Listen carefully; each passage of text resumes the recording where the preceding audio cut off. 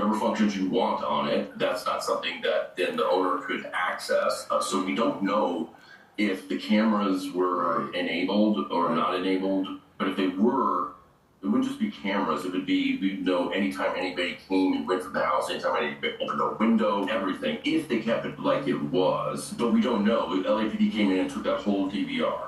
They took the entire system, which you would expect. And I've talked to the security company that installed the system, and they've told me, you know, how it was set up. We think it was probably running because there's limited alerts that the security guy can see, which is stuff like if there's a major failure. And there was a low power failure warning that triggered right when they were executing the search warning. I think that's when they unplugged the system. So there's reason to believe that the system was running. Whether the cameras were covered or not, I don't know. I can tell you that some of the smoke sensors in the house were covered, and that's probably because maybe they were, I don't know what they were doing in the house. So the cameras might have been covered as well. During the course of your investigation so far, have you learned more information about Celeste and David, perhaps their connection, anything we should be thinking about that hasn't been publicly reported? Is your investigation also into them as well?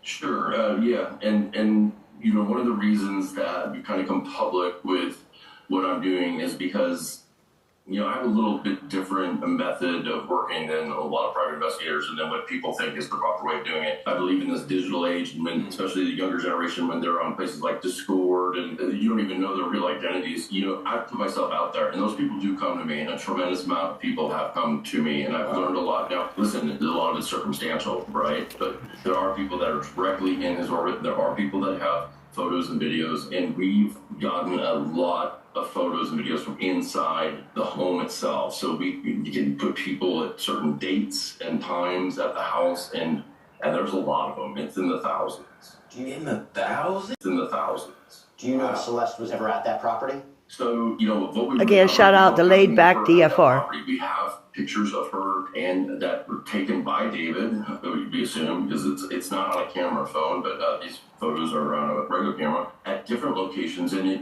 really makes me think that it's likely she had another place she was staying. I can tell you that there was a lot of time spent towards downtown LA, and I'll say the last photo that we have of Celeste is January 2nd, 2025.